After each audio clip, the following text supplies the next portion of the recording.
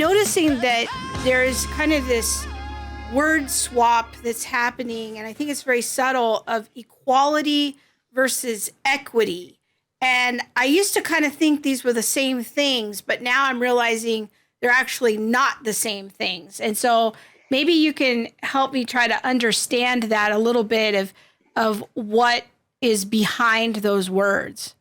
Yeah, that's really helpful. So equality from a theological perspective means that you are equally an image bearer of God, regardless of your social status, regardless of your skin tone, regardless of your gender. And so it's a sense, and we can take it even a step further. In Paul's letter to the Galatians, when he says, in Christ, there's neither male nor female. There's neither slave nor free. There's neither Jew nor Gentile. He's getting at this deep truth that your in Christ identity gives you a new family identity, a new sense of who your brothers and sisters are beyond tribalism, that transcends the hierarchies of the first century. So in the first century, you had real misogyny. You had real women are second-class citizens. You had real racism in both directions between Jews, Gentiles, with Samaritans being thrown under the bus in the middle. You had real economic discrimination going on in between. And so Paul says, look, when you find your core identity in Christ, that gives you a way that no cultural ideology can, to look across the Lord's table and say, that person who looks different than me, that person who maybe has a Y chromosome that I don't, that person whose melatonin levels are maybe higher than mine, that person who has more zeros in their bank account, that's my brother. That's my sister. We are family. We are community. We're brothers and sisters worshiping the same Father, inhabited by the same Spirit, redeemed by the same Jesus. And so I would say equality in the broadest sense means that we all bear the image of God.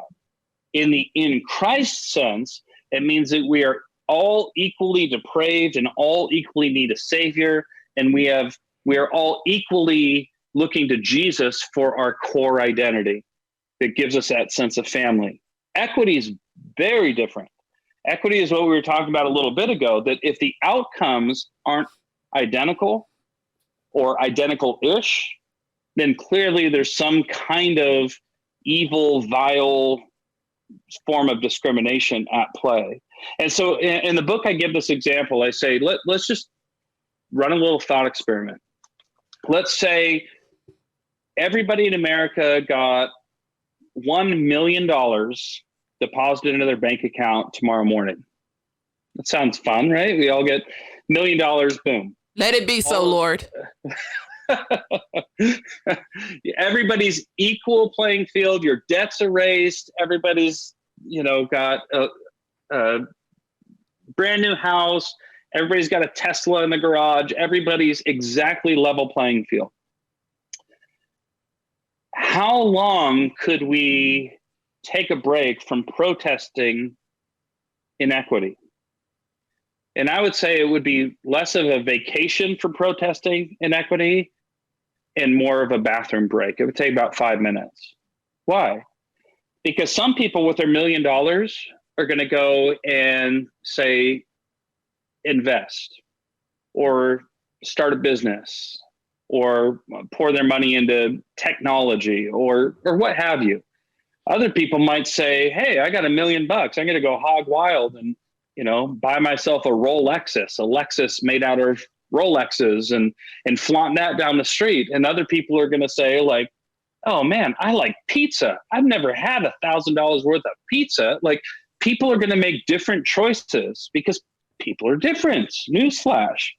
And so within a day, you're already going to see inequities start to manifest. And if you were to slice out those inequities based on demographics, you're going to see demographic inequities start to manifest. And so at that point, somebody who's committed to ending inequity rather than championing equality, somebody who's committed to ending inequity is going to say, well, we need to swoop in again and redistribute everything so the playing field is equal.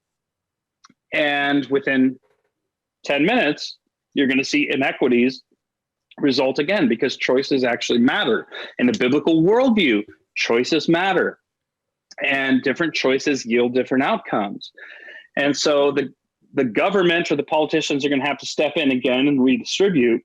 And this is just going to have to keep going until eventually you need the government to enforce sameness, because difference will yield different outcomes. And so this is something a lot of my Christian brothers and sisters I found have yet to wrap their head around, that if your goal is equity, it inevitably, and history has taught us this, especially in the last 100 years, if your goal is equity, it inevitably leads to totalitarian government.